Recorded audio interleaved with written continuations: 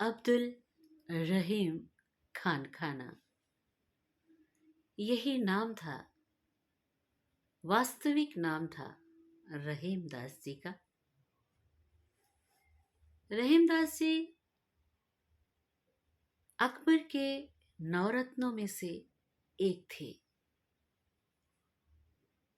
बैरम खां इनके पिता का नाम था, जो तुर्की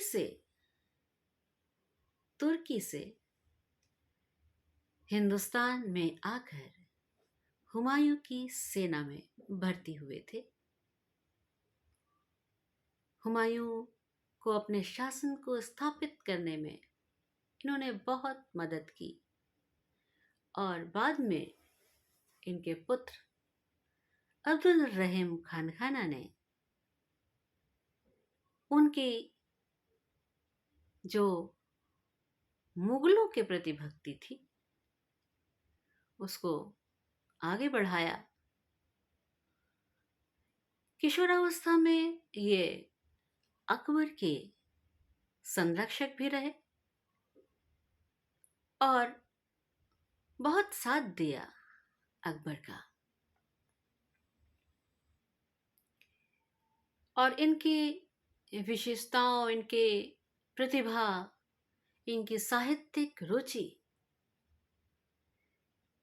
को देखते हुए, इनकी गुणवत्ता को देखते हुए अकबर ने इन्हें अपने नवरत्नों में स्थान प्रदान किया।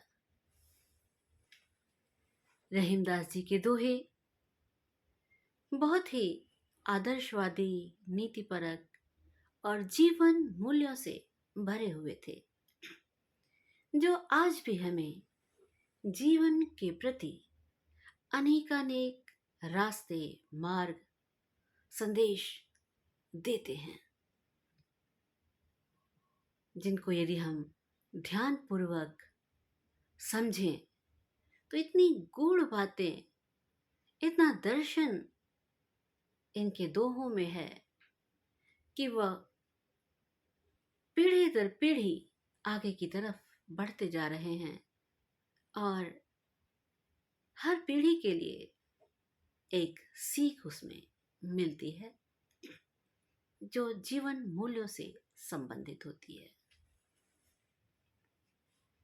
मैं पुष्पलता राय अपने इस YouTube चैनल पर काव्य तरंग में आप सभी का हार्दिक स्वागत और अभिनंदन करती हूँ। और आगे बढ़ने से पहले आपसे विनम्र अनुरोध करती हूँ कि यदि आपने हमारे चैनल को अभी तक किसी कारण से सब्सक्राइब नहीं किया है तो सब्सक्राइब अवश्य करें। आपको बहुत ही ऐसी चीज़ें, ऐसी बातें, ऐसे मूल्य पता चलेंगे जिनसे आपकी जिंदगी की राह निश्चित तौर पर आसान हो जाएगी।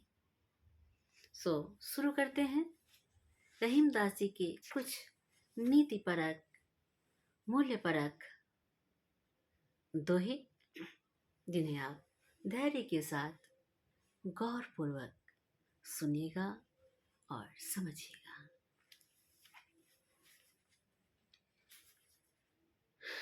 जाल परे जल जात बही, जाल परे जल जात बही, तज मीनन को मोह, रही मन मछरी नीर को, तऊ न छाड़त छोह, रही माँ तऊ न छाड़त छोह। आपने देखा है कि जब जाल को पानी में फेंका जाता है तो जल जाल से नीचे फिर से अपने प्रवाह में चला जाता है जबकि मछली जो है वो जाल में फंस जाती है। जल का मछली के प्रति मोह नहीं दिखाई पड़ता, लेकिन मछली का मोह जल के प्रति इतना होता है कि जैसे ही वो पानी से बाहर आती है, वैसे ही वह अपने प्राणों को त्याग देती है। तरवर फल नहीं खात है, सरवर पियत न पान। तरवर फल नहीं खात है, सरवर पियत न पान। कह रहीम पर काज है, संपत सच ही सुजान। रहीमा संपत सच ही सुजान। रहीमदास जी कहते हैं कि पेड़ कभी भी अपना फल नहीं खाते हैं, सरोवर कभी भी अपना पानी नहीं पीता है। उनका कहना था कि जो सज्जन मनुष्य होते हैं वह परोपकार करते रहते हैं, दूसरों के लिए जीना जानते हैं और उनकी संपत्ति का संचय भी परोपकार के लिए होता है। रहीमन पानी राखिए, बिन पानी सब सून। रहीमन पानी राखिए, बिन पानी सब सून। पानी गए न उबरे, मोती मानुष चून।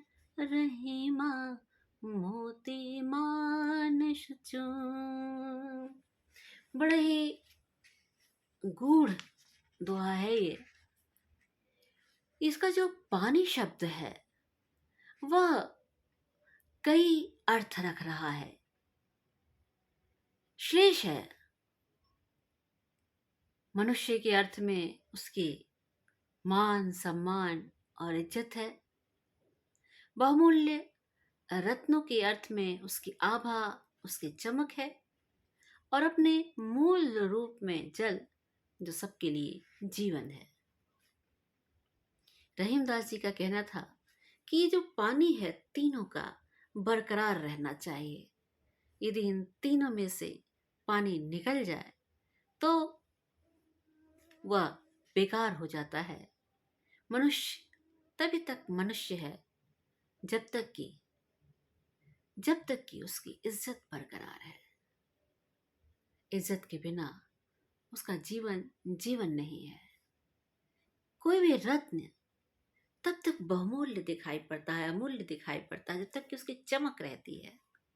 यदि चमक फीकी पड़ जाए मोती की या किसी अन्य रत्न की, तो फिर वह असली रत्न नहीं होता है। और सामान्य जल, जैसा कि हम सभी जानते हैं कि जल ही जीवन है। यदि जल हमारे जीवन से हट जाए तो हम जीवन जी ही नहीं सकते। रूठे सुजन मनाइए, जो रूठे 100 बार। रूठे सुजन मनाइए, जो रूठे 100 बार। रहीमन फिर पोए, टूटे मुक्ताहार। रहीमा टूटे मुक्ताहार। बड़ी गहरी बात। यदि कोई सज्जन मनुष्य, आपका हितैषी मनुष्य, जो आपके लिए बहुत दिनों तक या अपने जीवन के अमूल्य क्षणों को आपके लिए देता रहा, यदि वह कभी आपसे रूठ जाए तो आप सैकड़ों बार जाकर उसको मनाइए। रूठे सुजन मनाइए, जो रूठे 100 बार। क्योंकि उसका रूठना भी स्वाभाविक प्रक्रिया के तहत है। आपने जरूर कुछ ऐसा किया है जिसने उसे रूठने के लिए मजबूर किया। रही मन फिर पोइए, टूटे मुक्ता हार, रहीमा टूटे मुक्ता हार। रहीमदास जी कहते हैं कि आपका यदि कोई अमूल्य रत्नों वाला हार टूट जाए तो क्या आप उसे फेंक देते? नहीं, आप किसी न किसी जतन से उसको फिर से पिरोते हैं और उसे एक बार उसका मान सम्मान फिर से सौंप देते हैं। क्षमा बढ़ने को चाहिए, छोटन को उत्पात, क्षमा बढ़ने को चाहिए, छोटन को उत्पात, कह रहीम हरि का घट्यो, जो भृगु मारी लात, रहीमा जो भृगु मारी लात। कह रहे हैं कि क्षमा जो है वह बड़ों का तेज है। क्षमा उसका एक अवश्यंभावी गुण होना चाहिए। यदि गलत कार्य करने वाला व्यक्ति, बच्चा या छोटा, आकर उससे माफी मांगे तो उसे माफ कर देना चाहिए। कह रहे हैं क्या हरि कहे रहीम हरि का घट्यो। कह रहे हैं कि ईश्वर का भी क्या घट गया था जो भृगु ने उसे लात मारी। हरि हरि ही रहते हैं, हरि भगवान ही हैं, उनको कोई फर्क नहीं पड़ता। उन्होंने उसे भी क्षमा कर दिया जिसने उसे लात मारी। रही मन विपदा हूँ भली, रही मन विपदा हूँ भली, जो थोड़े दिन हो,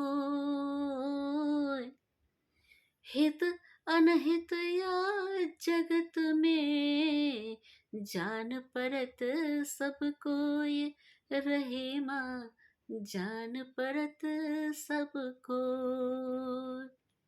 रहीमदास जी कहते हैं कि थोड़े दिन विपत्ति भी आनी ही चाहिए, विपदा ही भली, थोड़े दिन विपत्ति आनी चाहिए, क्योंकि जब विपत्ति आती है तभी तो पहचान होती है कि कौन आपका हितैषी है और कौन आपका फायदा उठा रहा था। यह तभी पता चलता है जब विपत्ति का समय आता है। हित अनहित या जगत को, इस जगत में कौन आपका हितैषी है और कौन यूं ही सिर्फ अपने स्वार्थ को सिद्ध कर रहा था, उस विपदा के समय में पता चल जाता है। एक साधे सब सधै, एक साधे सब सधै, सब साधे सब जाय, रही मन मूल ही सिंचिबो, फूल फल अघाय, रहीमा फूल फल अघाय। रहीमदास जी कहते हैं जब आप किसी एक चीज की तरफ पूर्णतः एक निष्ठा और ध्यान से लग जाते हैं तो उसके साथ साथ धीरे धीरे समस्त कार्य आपके सिद्ध होने लगते हैं। लेकिन कई सारी चीजों को जब एक साथ आप साधने की कोशिश करते हैं तो कोई भी एक नहीं सध पाता। सब साधे सब जाए। अगर आप सभी को एक साथ साधने की कोशिश करते हैं तो किसी भी एक कार्य की सिद्धि नहीं होती, सब के सब बेकार हो जाते हैं। उनका कहना है कि आप वृक्ष की जड़ को जब सींचते हैं, पानी देते हैं, तो उसका प्रभाव ही समस्त वृक्ष पर, उसके पत्तों, उनकी शाखाओं, सब जगह उसका प्रभाव पड़ता है और वृक्ष फूलता, फलता और आगा जाता है, तृप्त हो जाता है। रही मन ओछे नाम से, रही मन ओछे नरन से, बैर भली ना प्रीत। रहे मन ओछे नरन से, बैर भली ना प्रीत। काटे चाटे स्वान के, दो भांति विपरीत। रहीमा दो भांति विपरीत। जो निम्न प्रकृति के लोग होते हैं, जिनका ओछा स्वभाव होता है, ओछी प्रवृत्ति होती है, ऐसे लोगों से न तो बैर भला और न ही प्रीति भली। ऐसे लोगों से बच कर रहना चाहिए। काटे चाटे स्वान के, कुत्ता चाहे चाटे चाहे काटे, दोनों ही भांति से नुकसानदेह ही होता है। ठीक इसी प्रकार से स्वान की तरह ही ओछे मनुष्य होते हैं। उनसे न बैर भली न ही प्रीति भली। उनसे बचकर रहना चाहिए, दूर ही रहना चाहिए। धन रहीम जल पंक को, लघु जिय पियत अघाय। धन रहीम जल पंक को, लघु जिय पियत अघाय। उदधि बढ़ाए कौन है, जगत पियासो जाए। रहीमा जगत पियासो जाए। छोटा सा तालाब, छोटी सी नदी, ये सब अच्छे हैं, क्योंकि इन सब में छोटे छोटे जीव भी इनका पानी पीते हैं और प्रसन्न होते हैं, प्रसन्न होकर जाते हैं। सारे जीव इनके पानी को पीते हैं, इनकी मिठास को लेते हैं और प्रसन्न होकर जाते हैं। उधर ही बड़ाई कौन है, समुद्र की क्या बड़ाई। जगत पियास हो जाए, खारा पानी, पानी में खारापन होता है। कोई भी जीव जंतु मनुष्य उसके पानी को पीता नहीं है। समुद्र के पास रहकर भी प्यासा अपनी प्यास को नहीं बुझा सकता। तो इसी के साथ ही आज हम अपनी वाणी को विराम देते हैं। उम्मीद करती हूँ कि बहुत कुछ आपने सीखा होगा। मूल्यपरक संदेश थे ये, जो आप अपने से आगे की पीढ़ी को सौंपिए। निश्चित तौर पर जो दिशाहीन होती हुई हमारी ये नई पीढ़ी है, उसे एक अच्छी दिशा मिलेगी, अच्छा मार्गदर्शन मिलेगा। आप सभी का आभार, धन्यवाद और नमन।